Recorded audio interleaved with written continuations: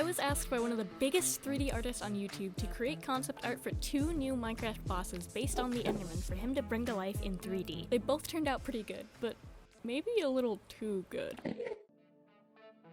The first thing I always do when I'm starting a new drawing is to come up with a general concept. Since Daniel so graciously provided me with absolutely nothing to go off of, I was on my own. For the first design, I wanted to look back to where the original Enderman concept came from, the Slenderman. I started by looking at some of the interpretations of the Slenderman I found online, and was particularly inspired by ones depicting these long, tentacle-like limbs coming from his back. From there, I decided that I wanted the first design I made to be a lot creepier than the normal mob. At this point, I finally started drawing. If there's any fellow artists out there, I have probably the most important tip that anyone will ever give you. Steal. Literally just steal.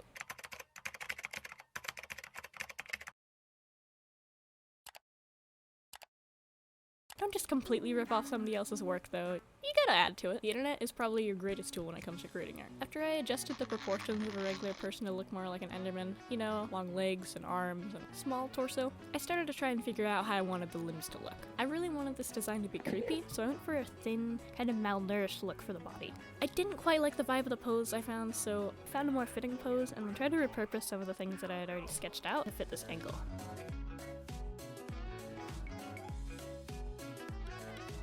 I don't know why, but someone hunched over like that. It's just so unsettling. It's like the Kubrick stare of standing. For some reason, I gave them these like really big hands and feet, but they seem to really up the creep factor. Also, don't look at the hands for too long. No one can draw hands, okay? It's not just me. Okay. Once I got the sketch to where I liked it, I started on the line art. I tried to make the lines look a little shaky to make it look a little bit spookier, but also I'm just terrible at line art, so...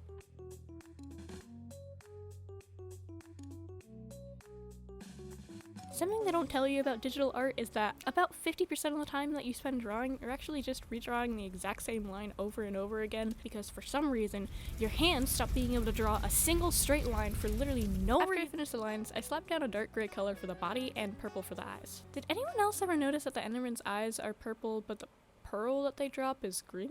Since the pearl can't be their eyes, It was at this moment that I realized I forgot the tentacles, you know, the entire point of this boss design, so I went back and added them. I then started out rendering this piece, but first, a happy little sun in the corner to remind us where our light source is. I tossed in some shadows and highlights and then blended them out with a smudge tool. I went back in and added a second layer of both, this time in purple and yellow respectively. Another pro art tip, reflected light. You see this part right here, where the darkest shadow would be? Just add a little line along the edge in the same color as your highlight and then BAM! Your drawing instantly looks 1 billion times better. It also really helps when you have a lot of overlapping dark bits like we do here, just lets you define the edges a little bit better. I then went in and gave them some anime eyes and made them all glowy and then thought, you know what would make this even creepier? A stitched up mouth. I also added some kind of like claw marks across his body as well. My thinking being that this creature was being kept at bay by the Ender Dragon and may have been attacked by the dragon at some point as well. I think that these little details really added a lot, and with that, I was done with the first concept.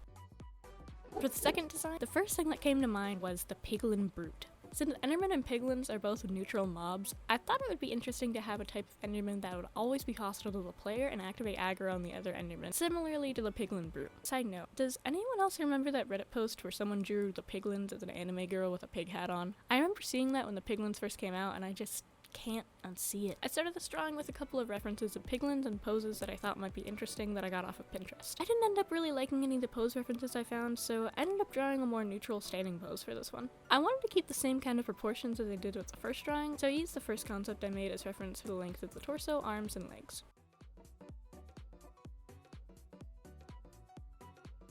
I gave this one some diamond armor and a shield, as I had imagined it would spawn in the end cities, and pieces of diamond armor are pretty common there. Once I started rendering this drawing, I realized that this one was looking a little bit more like a foot soldier or a side character rather than a unique boss, so because of this, I ended up scrapping the shield. I wanted this one to be a bit more unique, so I had to figure out something else. The next idea that I had was the elytra. As I'd never really drawn wings before, this was pretty challenging. I had literally no idea where to start. It was really difficult to try to figure out how to implement the feathers of the actual body of the wings, as nothing really seemed to look correct. I ended up making these kind of vertical panels that I connected kind of loosely in the middle. This is like really weird, but when I was drawing this, I was kind of imagining like the teeth of a whale, you know, like the little bristles.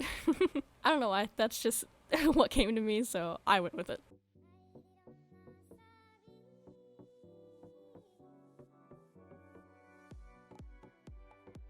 I colored the wings this kind of purpley gray color similar to the in-game Elytra model, and then the second concept was done.